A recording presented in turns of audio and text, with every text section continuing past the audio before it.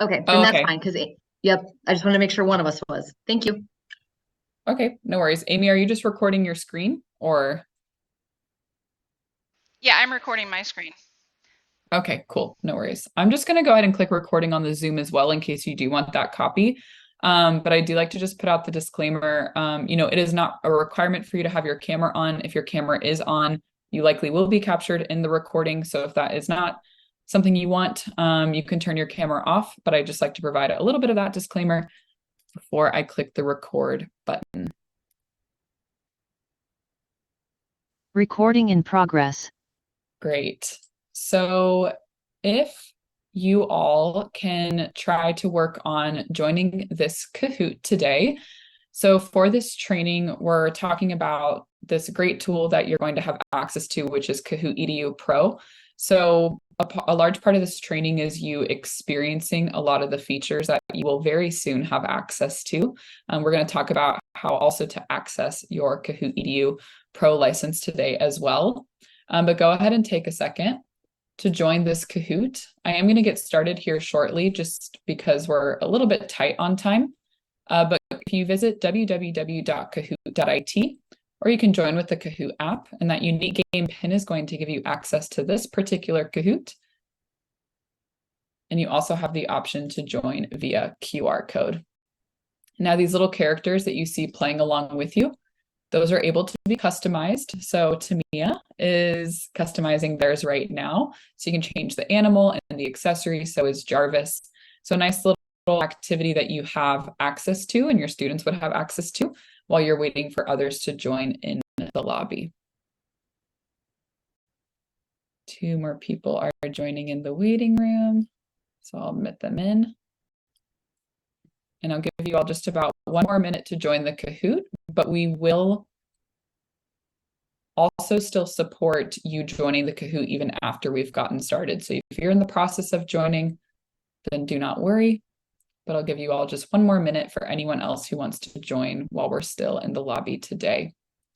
I'll take that minute to briefly introduce myself. My name is Sydney. I've been working at Kahoot for almost 3 years now, coming up in September. So this is, I guess, my 3rd back to school time with Kahoot. And my role here is to educate educators on how to use all the features that are available to you in our Kahoot EDU plans. So that's my role here today. So hopefully provide you a bit of inspiration on other and different ways to use Kahoot, but also introduce you to some of these features that you might be less familiar with that you're going to have access to. So I'm going to go ahead and begin the Kahoot today. So when it comes to Kahoot, I like to get a bit of an understanding in the beginning of my trainings in just what is your familiarity with Kahoot so far? So which of these statements are true for you? Have you been inside of our Kahoot creator? So are you comfortable editing and creating Kahoots? Have you played Kahoots? You can definitely select that one if you've joined this Kahoot today. Have you hosted live Kahoots, assigned Kahoots? Is this your first introduction to Kahoot? Or are you familiar at all with Kahoot courses?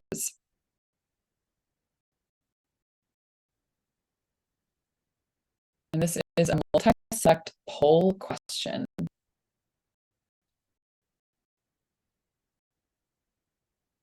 6 answers so far.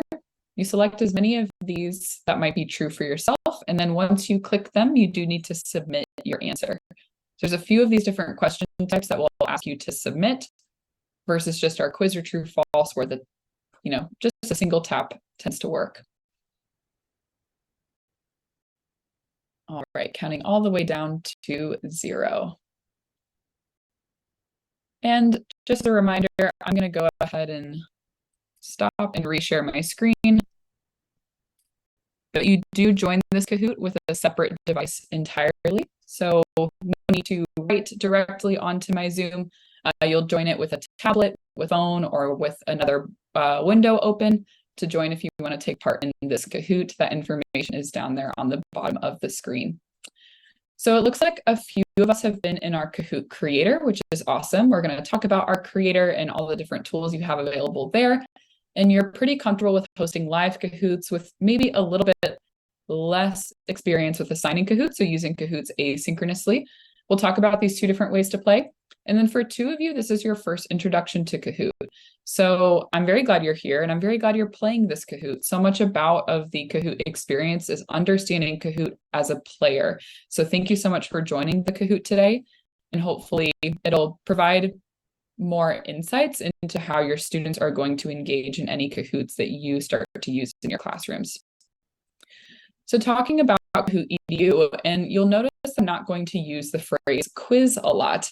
Kahoot EDU is so much more than just a quiz. We've really gone a lot, or very much beyond that with Kahoot EDU. So we're really talking about elevating and engaging learning at several different areas of your instruction and working with students, and not only with students, but with parents, guardians, even your larger community. Some of the different ways that Kahoot EDU can be used were probably most often used for revision, review, and retrieval. So those quick review games on content that maybe was covered that day or over the week or the month. But Kahoot can also be used for continuous low stakes assessment. So we generally talk about Kahoot being great for formative assessment. So those learning checks along the way to maybe something that's a little bit more formal, whether it's standardized testing or summative assessments for grades. You can also use Kahoot to bring engagement to introducing and instructing on brand new content. We're seeing this in an interactive presentation today, and you can do the same. Kahoot can also be used as a reward, an icebreaker, an exit ticket, brain break, an energizer, even a calming down activity, which might sound surprising, but there is one way to play that supports it. And you can also take Kahoot asynchronously, so stepping away from hosting a Kahoot yourself and simply providing Kahoots as either homework or even just a self-paced activity to do in the classroom and to study with. Last but not least, you can also use it for training and development, because Kahoot can really be used to engage any audience. So it's not just teacher to student in a traditional classroom sense within the environment you're working in, but also between each other, and also, again, with your larger community. The player limit for Kahoot EDU Pro is quite large, with 2,000 for live Kahoots and 10,000 for assigned Kahoots. So you can start to think big and how you want to engage with those around you. Now, the key elements of a Kahoot experience, you might be familiar with these already, but this is also our agenda for today. So we're going to be talking about creating and discovering Kahoots, our different ways to play, and also touching a bit on reporting. So let's begin with creating Kahoots. Now, Kahoots can be created with two different key elements. That is both the interactive question types, which if you're familiar with Kahoot, this is our bread and butter. This provides that engagement and interactivity for anyone participating in a Kahoot, but you can also include slides as well. But within Kahoot EDU Pro, you have access to all of our question types that we offer. And these are broken down into two different categories of testing knowledge and surveying, gathering feedback, or collecting opinions. Now, our testing knowledge question types, that's where you're going to find our traditional quiz and true false, but then other options of multi-select quiz, type answer, puzzle, and slider. These question types are going to have a correct answer by design, whether it's by yourself or somebody else. And there is going to be an accuracy-based grade or report on the performance of these particular question types. These are also the question types that lean into the gamification that Kahoot offers. Now, if you want to remove the pressure of points from the Kahoot experience, then you can use these question types of polling, drop pin, word cloud, open-ended, and brainstorm. There are no points associated with these question types because they are just meant to gather feedback to collect opinions, but they can also still be used to softly assess, again, just by peeling back that gamification that Kahoot does. So within any of these question types, you're able to include them all in a single Kahoot if you want to. You can leverage a rich text editor to be able to bold text, use a math equation editor, along with customizing the points and timer options for each question. Now we're going to experience a few of these question types that you might be less familiar with, starting first with type answer. So I'm asking you who invented the equation E equals mc squared, providing you a bit of a visual hint up on the screen, but you are typing in your answer and submitting it to the Kahoot. So make sure once you have your answer typed in, you submit your answer.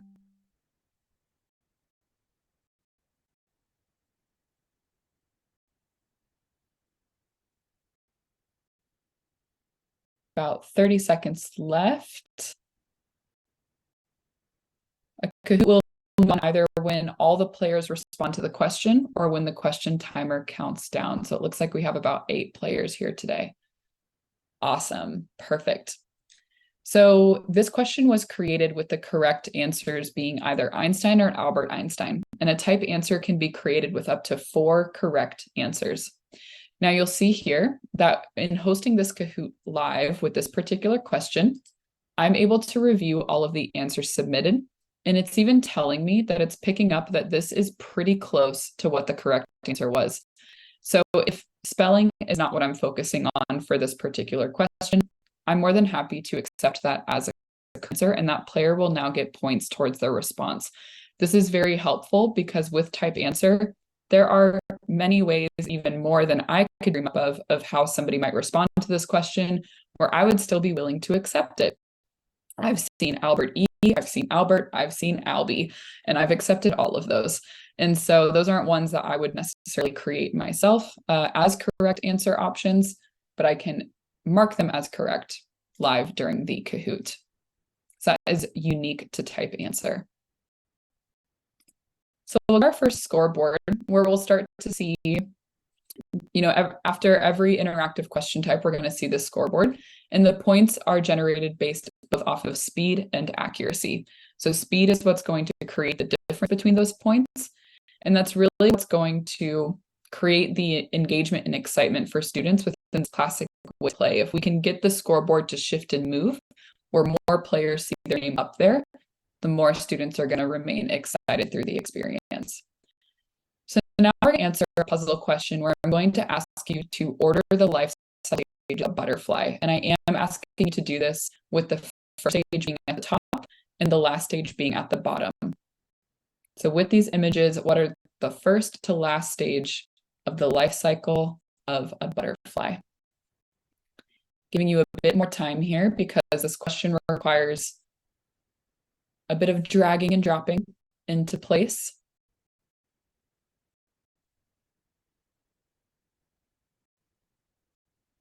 Looks like we're just waiting on our 8th player. You know what? I have never gotten 100% of a correct answer on this question. So I'm very proud of you all. So this is great. So puzzle is awesome in many ways, especially when it comes to placing, events into chronological order. It could be steps to solving a math equation, or, the steps in the scientific method, distances, anytime that they're kind of placing objects within a given order, you can use puzzle for. Just know it's always going to be in a vertical orientation. And so you might have to kind of help students know, are we going from past to present or present to past? And, furthest to closest in distance, things of that nature. But with puzzle, you can use text-based puzzle pieces.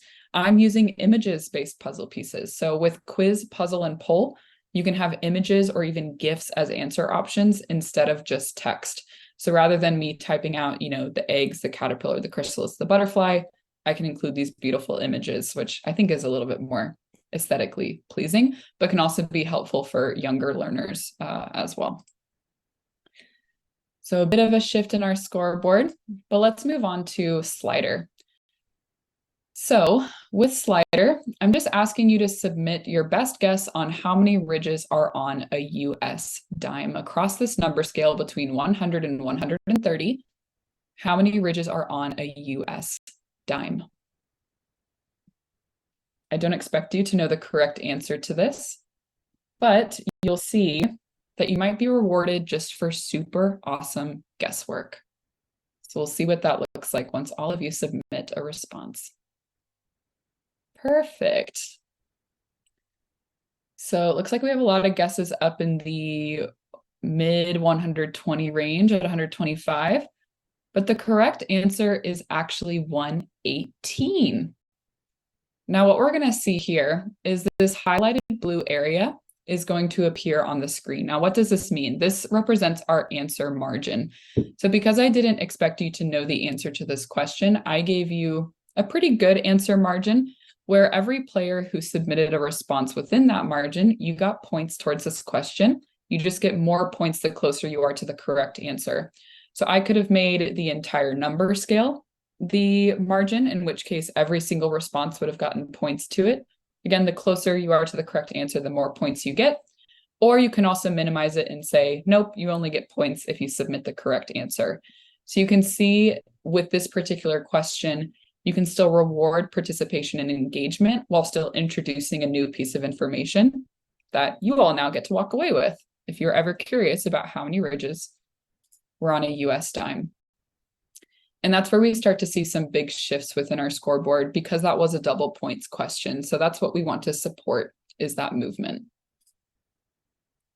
All right, I'm just going to reshare my screen again to talk a little bit about slides.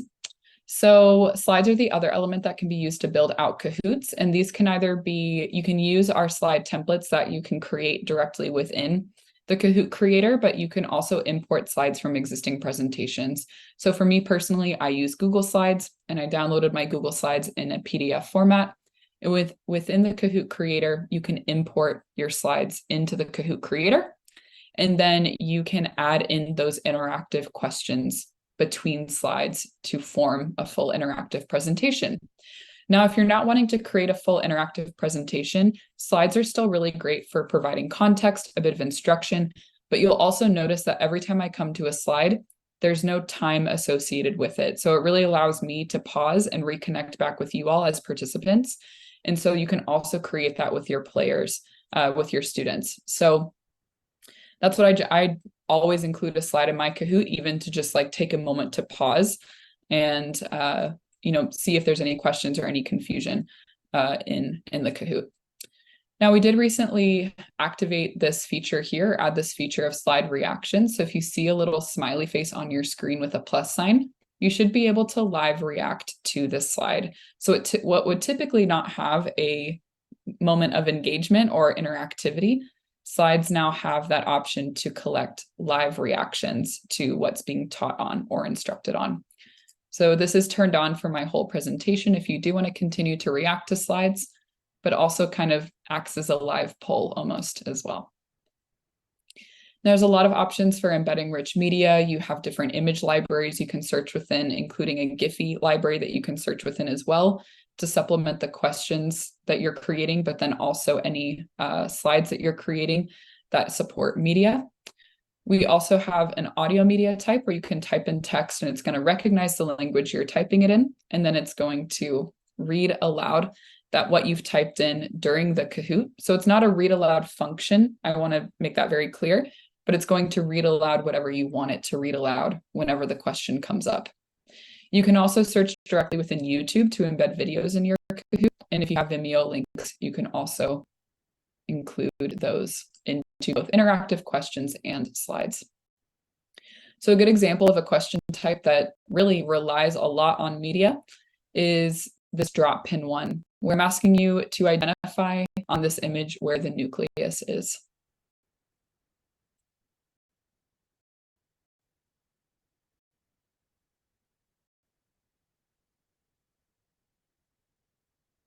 Six answers so far.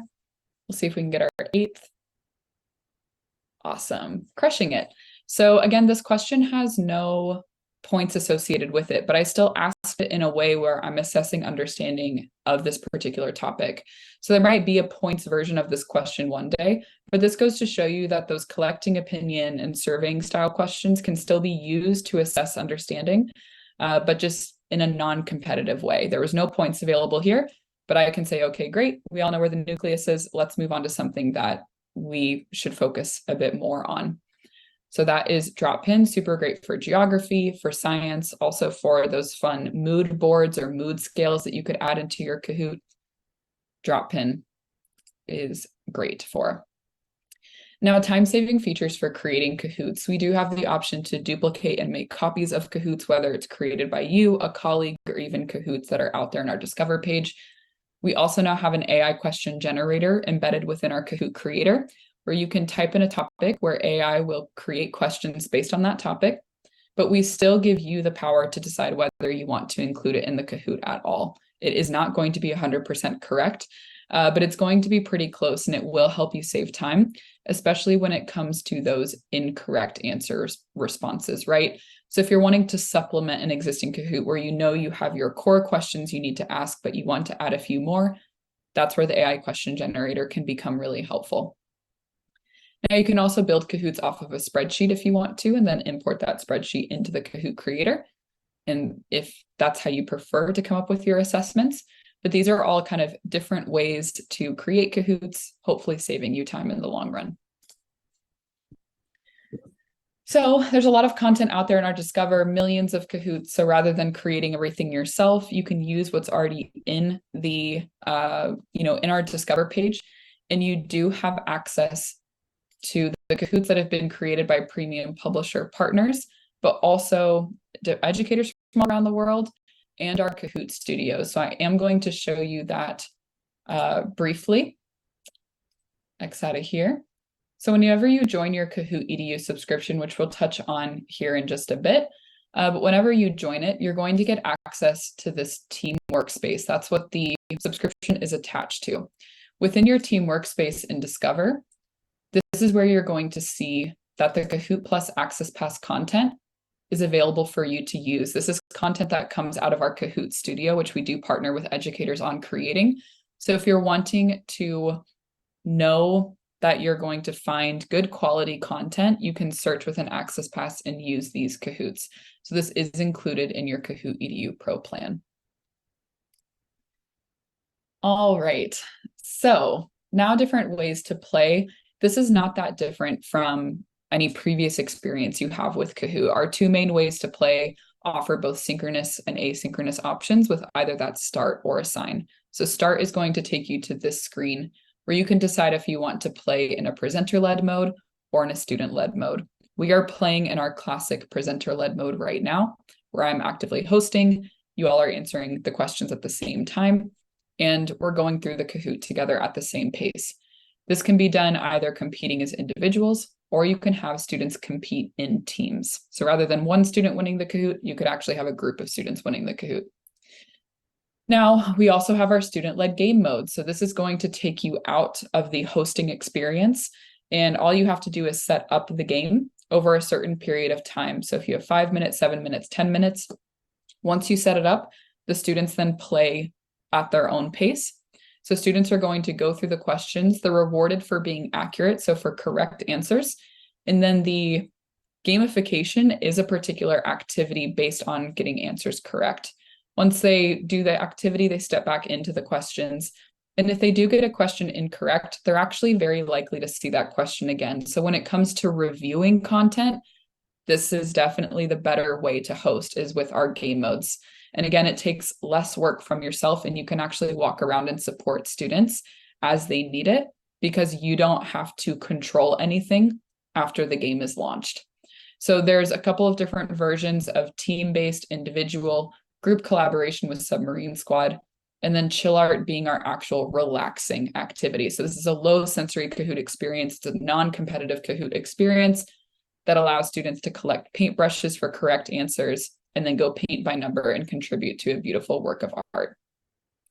Now you can also choose to assign Kahoots. This is truly being hands-off in the sense that you are providing either a link, you are providing a game pin, or you're providing you're sharing it maybe through Google Classroom, or you're embedding it.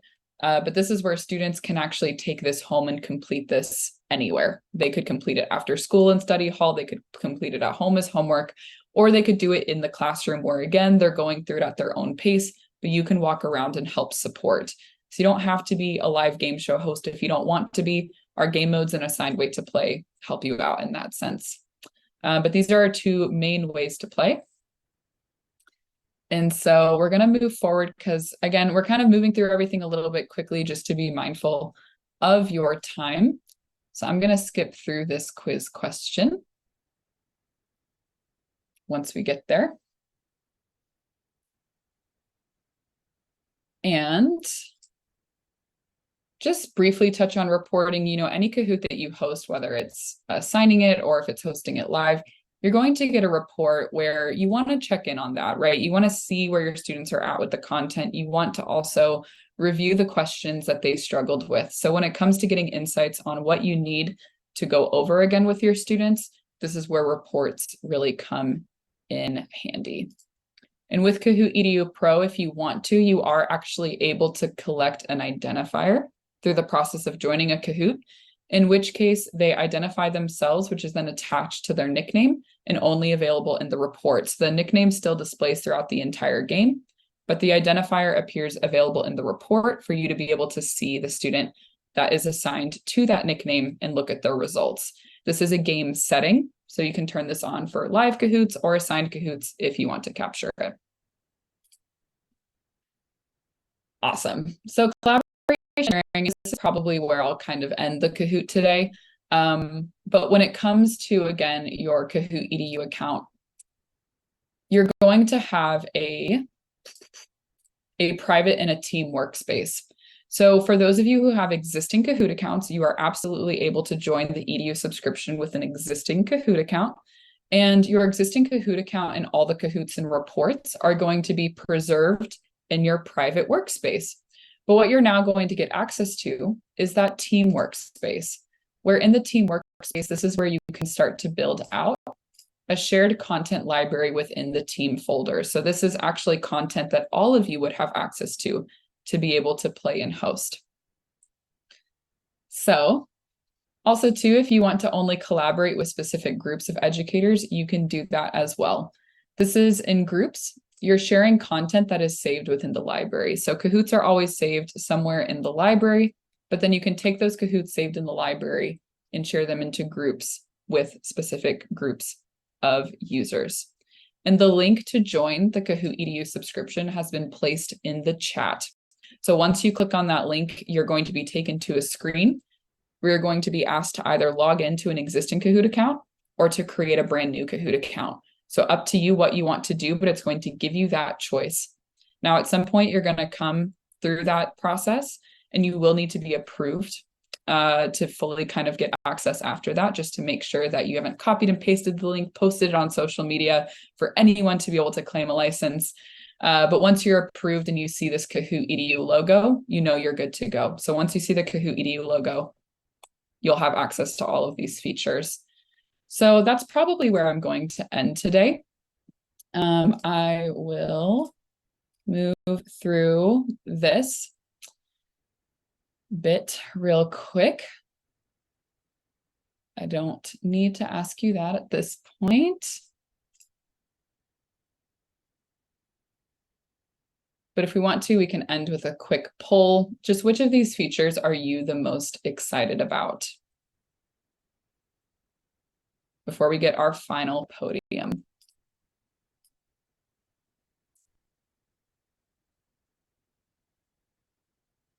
Which of these Kahoot EDU features are you the most excited about?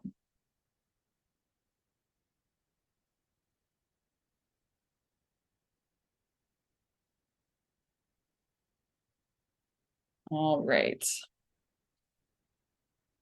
Awesome. So we are most excited about those advanced question types, also our game modes. Slide reactions, it's probably the most excitement I've seen around slide reactions, which is very cool. Collaboration, importing slides, and the AI question generator. So that is great to see. And we'll get our final podium today with Jojo in third, Tamia in second, and Noelle in first. By a landslide, with Fitz and Knight in fourth and fifth. So well done to those of you who did great on this Kahoot. I know that was fast and furious, but this is being recorded and hopefully you'll get to play around. But if you do have any additional questions, I'm more than happy to answer.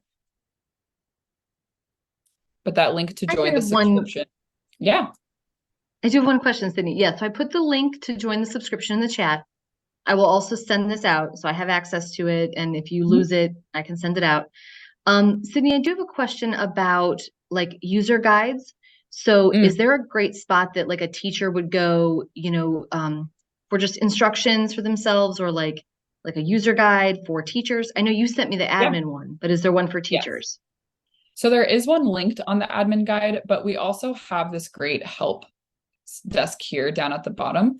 This is going to have a lot of how-to guides for specific things that you're interested in learning about. So you can search within here, it will take you to our help center, and we are trying to populate these with more videos. But also if you go to YouTube, you'll find recordings of videos, how-to videos. I do webinars where I post those recordings, so you can learn on YouTube at the Kahoot channel, or you can also search within our help center where we try to link everything together. But there is also an EDU resource guide linked within the admin guide that you can share with your teachers.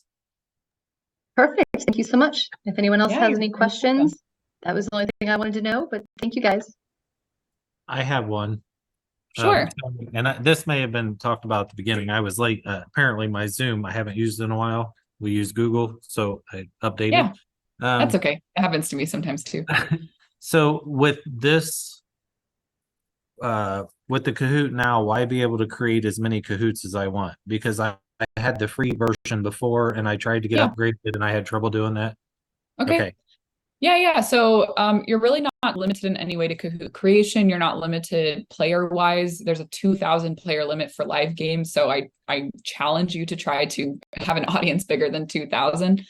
So yes, you shouldn't kind of be restricted because you have the full version. We have two different versions of EDU. You have the better version. So you shouldn't be restricted in creating or playing in any way. And if you are seeing that, then that's something to kind of flag with your admins, which they can get in touch with us and we can figure out what's going on. Does that sound good? Yes, awesome. Thank you. Yeah, you're welcome.